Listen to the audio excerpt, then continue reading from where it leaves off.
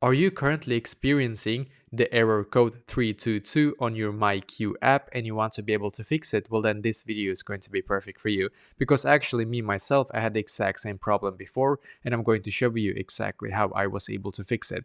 So what you're going to do firstly is to just close your MyQ app completely, and instead you're going to open up your settings app. So go into your settings app, and in here scroll down and click on general, as you can see, then scroll down a little bit again and click on storage. Just wait for this one to completely load in here, and after it's done we're just going to scroll down, and then we're going to find the MQ app, and we're going to automatically update our MyQ app to the latest version. This actually fixed it for me, by the way, so I hope that this can also fix it for you. But if it still isn't working, I'm just going to show you MyQ right here. I'm just going to scroll down and find the app.